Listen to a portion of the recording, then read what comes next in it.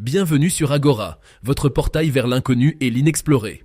Aujourd'hui, nous vous invitons à entrer dans cet univers fascinant où vous serez transporté par le paradoxe de Fermi. Cette énigme éveille la curiosité en posant une question essentielle. Pourquoi, malgré l'immensité de l'univers, n'avons-nous trouvé aucune trace d'autres civilisations extraterrestres? Explorez avec nous les mystères de ce paradoxe et les différentes théories qui tentent de l'expliquer. Que vous soyez novice ou expert, cette vidéo vous promet une expérience enrichissante, destinée à élargir vos horizons. Soyez rassurés, toutes les sources utilisées sont méticuleusement répertoriées dans la description de la vidéo. Êtes-vous prêt à vous plonger dans cette aventure intergalactique? Alors embarquez avec nous vers de nouveaux horizons. Un voyage fascinant à travers le paradoxe de Fermi. Depuis plusieurs générations, les scientifiques se penchent sur une énigme intrigante. Pourquoi notre univers semble si vide malgré sa vastitude? Cette interrogation, connue sous le nom de paradoxe de Fermi, interroge chacun d'entre nous qui lève les yeux vers le ciel étoilé. Malgré la découverte de milliers de planètes au-delà de notre système solaire et des milliards d'étoiles dans notre galaxie, la question reste: pourquoi n'avons-nous pas encore trouvé de preuves de vie ailleurs? Enrico Fermi, physicien de renom, est à l'origine de cette énigme.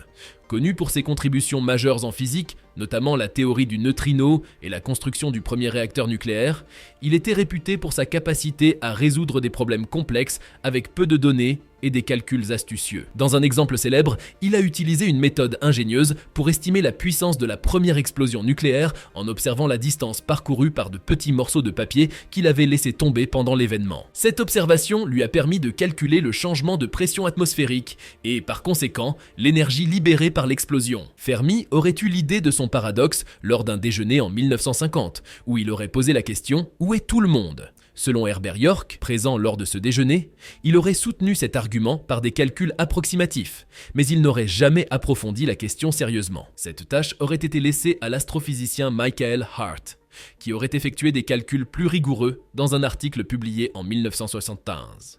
Bien que le paradoxe de Fermi soit largement associé à Fermi, certains estiment que Hart y a davantage contribué. La conversation de Fermi à l'heure du déjeuner se serait terminée, selon Edward Teller, avec la conclusion que, en ce qui concerne notre galaxie, nous vivons quelque part dans les bâtons, loin de la zone métropolitaine du centre galactique. Il est décédé 4 ans plus tard, en 1954, laissant peu de temps pour approfondir cette question.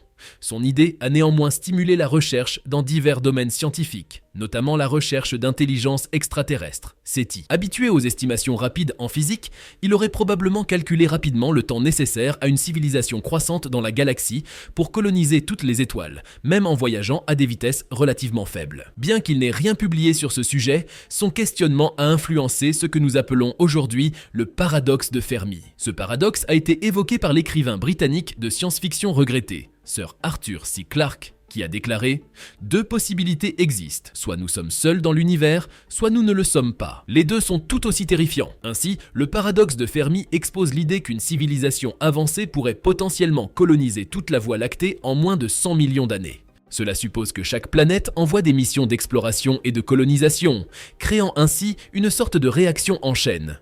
Cependant, étant donné l'âge de la Voie lactée, supérieur à 10 milliards d'années, il devrait y avoir eu de nombreuses civilisations extraterrestres dans notre galaxie depuis longtemps. Ces civilisations auraient eu le temps de construire un empire galactique incluant la Terre depuis des milliards d'années, bien avant l'émergence de l'humanité. En conséquence, nous devrions observer des preuves de ces constructions extraterrestres dans notre système solaire, voire même sur Terre. Même si les civilisations ne colonisent qu'une partie de la Voie lactée, il semble que l'apparition de civilisations technologiquement avancées soit rare, voire qu'elles disparaissent avant de pouvoir explorer l'espace interstellaire.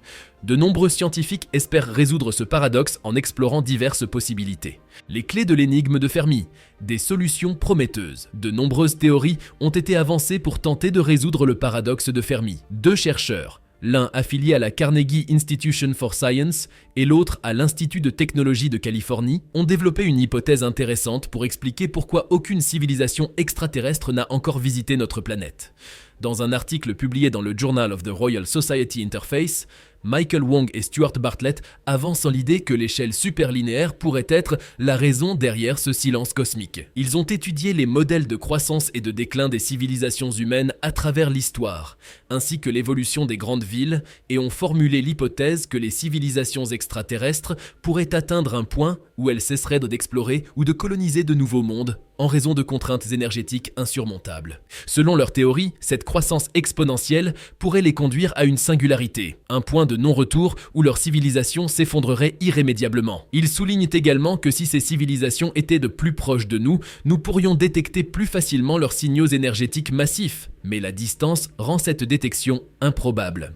En 1961, le radioastronome Frank Drake a formalisé l'idée de la pluralité des civilisations intelligentes dans notre galaxie avec ce qu'on appelle l'équation de Drake. Malgré les révisions fréquentes de cette équation par d'autres scientifiques, la conclusion générale est que d'autres formes de vie doivent être courantes. Cependant, certains scientifiques soulignent que ces estimations ne prennent pas en compte le fait que les civilisations naissent et disparaissent indépendamment dans le temps. En 2015, deux astronomes du Space Telescope Science Institute ont estimé que la probabilité d'existence d'autres civilisations dans l'univers était de 92%. Cependant, ils ont également noté que seulement 92% des planètes similaires à la nôtre ont été formées jusqu'à présent dans toute l'histoire de l'univers. Cela suggère que nous, en tant qu'espèce humaine, sommes apparus trop tôt et risquons de ne pas être là lorsque d'autres civilisations intelligentes émergeront. De plus, selon une hypothèse, notre arrivée précoce pourrait même empêcher l'émergence d'autres civilisations, car notre expansion pourrait involontairement éliminer les autres. Le pionnier de l'exploration spatiale, Konstantin Tsiolkovsky, avait déjà abordé le paradoxe de Fermi dans ses écrits des décennies avant Fermi lui-même.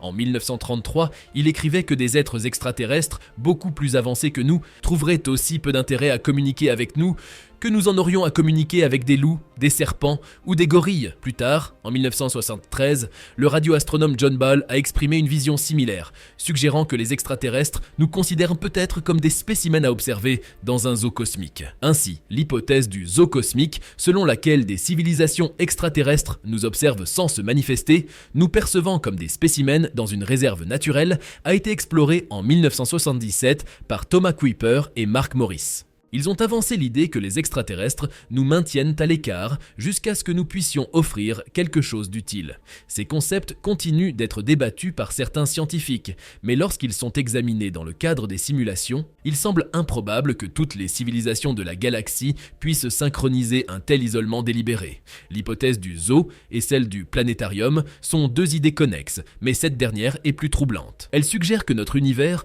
pourrait être une simulation créée par une civilisation avancée, remettant ainsi en question notre réalité objective et toutes nos croyances. Une autre théorie suggère que les extraterrestres pourraient profiter des mouvements des étoiles pour voyager uniquement lorsque la destination est plus proche, tout comme nous envoyons des vaisseaux spatiaux vers Mars lorsqu'elle est plus accessible. Selon Clark, l'histoire tumultueuse et belliqueuse de l'humanité pourrait repousser une espèce capable de voyager dans l'espace. Selon cet argument, toute civilisation suffisamment avancée pour explorer l'espace aurait également transcendé un passé marqué par la violence et considérerait les terriens comme indignes de contact. Alors, qu'est-ce que le grand filtre pourrait être ? Eh bien, peut-être que la biogenèse, qui n'est rien d'autre que la vie résultant de l'absence de vie, est très rare. Peut-être que l'extrême rareté de cet événement est en fait le grand filtre. Il est peut-être courant que la vie apparaisse spontanément, mais que la grande majorité reste au stade d'organismes unicellulaires. Peut-être que l'univers regorge de bactéries, mais celles-ci ne développent pas de vaisseaux spatiaux. Alternativement, le grand filtre pourrait être une conséquence de la technologie elle-même. Peut-être que les civilisations avancées s'autodétruisent généralement avec une technologie devenue incontrôlable, comme une intelligence artificielle malveillante, la nanotechnologie ou une machine apocalyptique.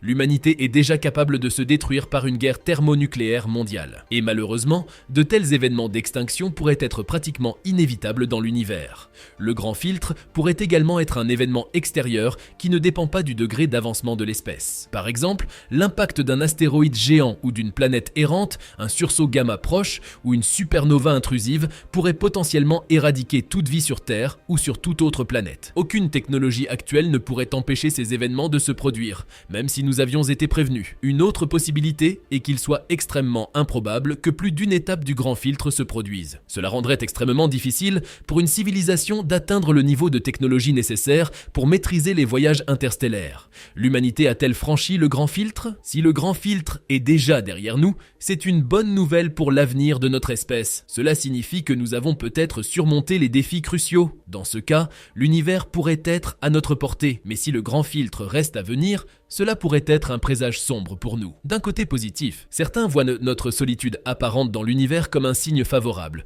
voire une chance, suggérant que nous avons peut-être réussi à surmonter ce grand défi. Peut-être sommes-nous la première espèce à franchir le grand filtre. Après tout, quelqu'un doit bien être le premier. D'un autre côté, si nous rencontrions un signe d'une civilisation technologiquement avancée qui nous paraît bien plus avancée, cela pourrait indiquer que le grand filtre est encore devant nous. Nous pourrions être confrontés à un test cosmique imprévu, pour lequel nous ne sommes pas préparés. Le grand filtre demeure une théorie, certes. Mais d'un point de vue logique, c'est une proposition intrigante qui offre une explication plausible au paradoxe de Fermi. Bien que la question « où sont-ils » reste sans réponse, la théorie du grand filtre propose l'une des meilleures conjectures possibles.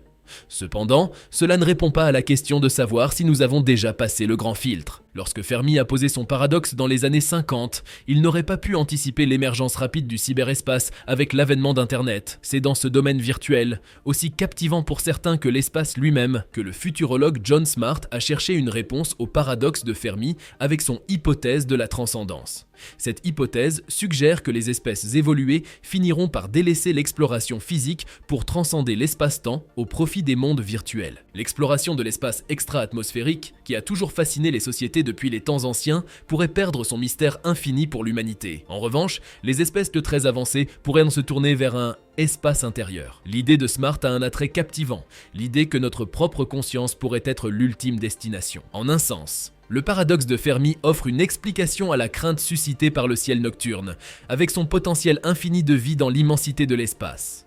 Cela renforce l'idée que la vie doit exister quelque part, d'une manière ou d'une autre. Mais, jusqu'à présent, cependant, aucune preuve tangible n'a été trouvée. Toutefois, si les prévisions futuristes de John Smart se réalisent, cela pourrait ne pas être aussi important. Il se pourrait bien que le cyberespace représente la véritable frontière finale. Nous voici à la fin de ce voyage. Vos commentaires sont précieux pour nous, alors n'hésitez pas à les partager. Si notre contenu vous a captivé, pourquoi ne pas vous abonner et activer les notifications en cliquant sur la petite cloche? Et bien sûr, un pouce vers le haut serait grandement apprécié. Encore une fois, un immense merci de nous avoir accompagnés dans cette exploration.